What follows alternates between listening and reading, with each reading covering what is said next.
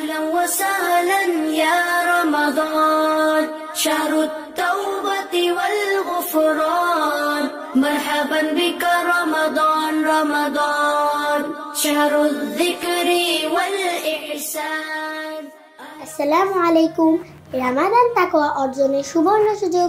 সিয়ামের কল্যাণের একজন সিয়াম পালনকারী গীবত পরিহার করে, মিথ্যা কথা বলা বন্ধ করে, জীবনে চলার পথে যাবতীয় গুনাহ থেকে বেঁচে থাকার চেষ্টা করে। এভাবেই পাপমুক্ত জীবন গঠনের চূড়ান্ত প্রশিক্ষণ নিয়ে মহান আল্লাহর বিধান রাসূলুল্লাহ সাল্লাল্লাহু আলাইহি ওয়াসাল্লাম এর সুন্নাহ মেনে চলান, আর এটাই তাকওয়ার প্রাথমিক স্তর।